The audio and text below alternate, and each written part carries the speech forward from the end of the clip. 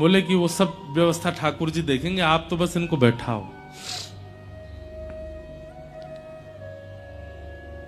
बैठा दिया।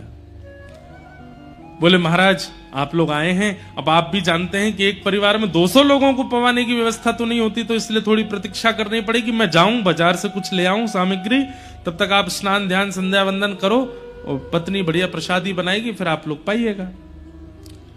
कुंवर जी महाराज तुरंत घर से निकल करके गए, जो नगर सेठ थे उनके पास गए और नगर सेठ जी से जाकर के कहा कि आप मुझे कुछ धनराशि दे दीजिए।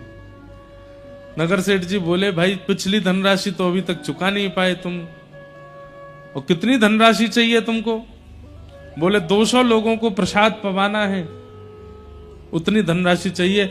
और कुंवर जी ने हाथ जोड़ करके क्या कहा कि महात्मा 2 बातें सुन लीजिए हमारी। नगर सेठ जी से कहा, पहली बात, मेरे पास धन है नहीं तो मैं चुका नहीं पाऊंगा, ये मैं पहले ही बता रहा हूं। दूसरी बात, मेरे द्वार पर जो 200 महात्मा आए हैं, अगर उन्होंने प्रसाद नहीं पाया तो मैं प्राण त्याग दूंगा। सेठ जी बोले तुम धमकी दे रहे हो हमको, एक तो हमसे पैसा मांग रहे हो, ऊपर से कह रहे हो मैं लौटा नहीं पाऊंगा, ऊपर से कहते हो कि नहीं दिया तो मैं प्राण त्याग दूंगा।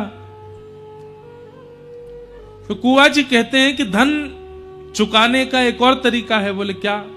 आप मुझसे अपने घर में कोई काम करवा लीजिए, मुझसे परिश्रम करवा लीजिए, और उस परिश्रम के बदले मुझे 200 महात्माओं को प्रसाद पवाने के लिए धन दे दीजिए। परिश्रम कर दूंगा मैं आपके यहां, पर धन नहीं लौटा पाऊंगा।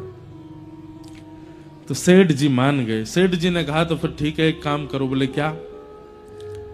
हमारे घर में जल की व्यवस्था नहीं है, हमको जल लेने के लिए पोखर तालाब में जाना पड़ता है हमारी घर की बहू बेटियों को। पीछे कुछ जमीन हमारी बची है, तुम वहां पर कुआं खोदोगे अकेले, और कुआं खोद करके उसमें जल का स्रोत जब तक नहीं निकल आए तब तक खोदते रहोगे। कुआं में पानी ऐसी थोड़ी आ जाता है कि 2, 4, 10 फीट में आ जाए। शर्त है तुम और तुम्हारी पत्नी, तुम ही दोनों कुआं बनाओगे।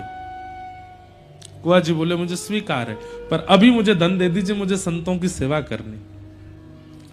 सेठ जी ने धन दिया। नाचते गाते हुए गए, सब सामग्री लेकर के घर पहुंचे, झरा भंडारा किया, 200 महात्माओं को बढ़िया मालपुआ, खीर और सब्जी पूड़ी आदि सब प्रेम से पवाई।